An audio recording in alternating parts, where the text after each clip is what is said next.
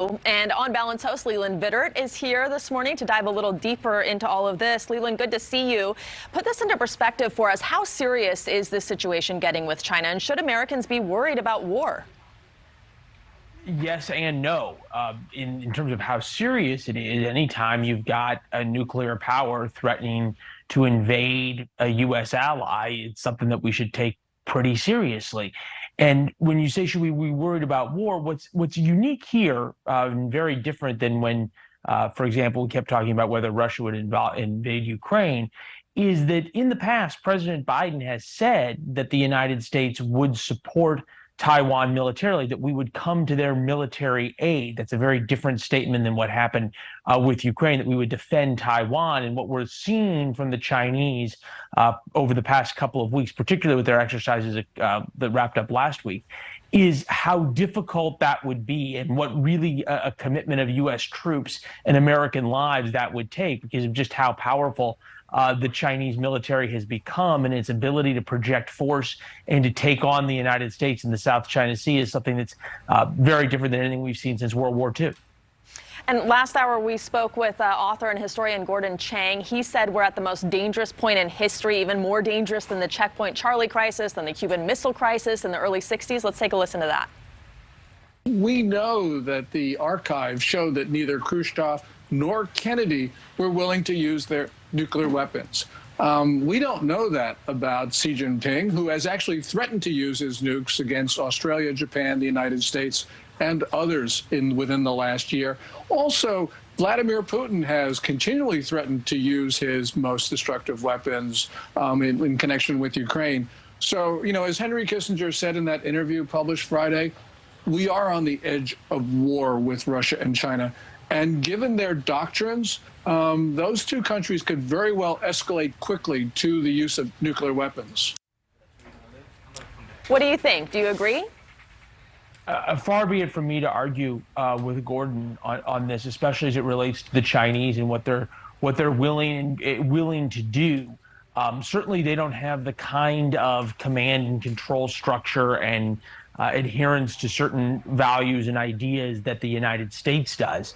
The one thing I think that we're not perhaps taking into account is sort of the willingness of the Biden administration to let things go on the world stage without a swift and severe American response. In that, if the Chinese decide to take Taiwan and the United States doesn't do much about it, economically it could be horrific and catastrophic for the world. And certainly it would embolden the Chinese, and it would turn them into a peer adversary, another superpower of the United States, much like the Soviet Union was during the Cold War. But that would probably not result in a war itself between the United States and China. So do you believe a Chinese invasion of Taiwan is imminent?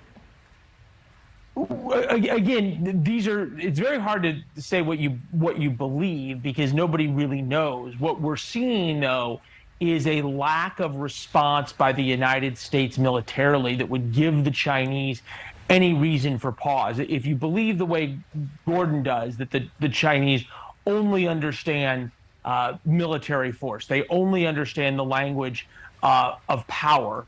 The United States hasn't done anything in the past 2 weeks to respond militarily to the Chinese military drills. The USS Ronald Reagan didn't move closer.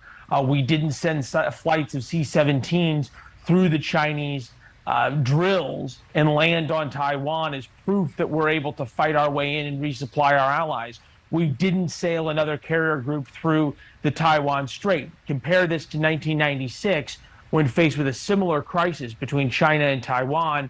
Then President Clinton parked 2 aircraft carrier battle groups effectively between Taiwan and China and said, stop. And the Chinese stopped. Not only haven't we done that anymore, China now has a lot more options than it did back in 1996. And quite frankly, it seems the Biden administration is not willing to risk the cost in American lives of doing that. Do you think that the administration is focusing enough on Beijing's posturing? They have their hands full. They have the economy, COVID, etc. Do you think that they're focusing enough on it?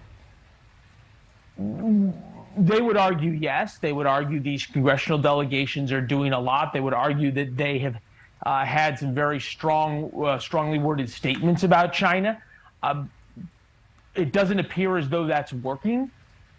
So whether or not they're doing enough is probably to be judged by the results and what we're seeing. And if we as a country are willing to accept a communist dictatorship threatening an American ally and telling American members of Congress where they can go and where they can't, then they're doing enough. If we are not willing to accept that and we view that as a challenge to American prestige around the world and a clear and present danger to America's supremacy and moral authority, then they aren't doing enough.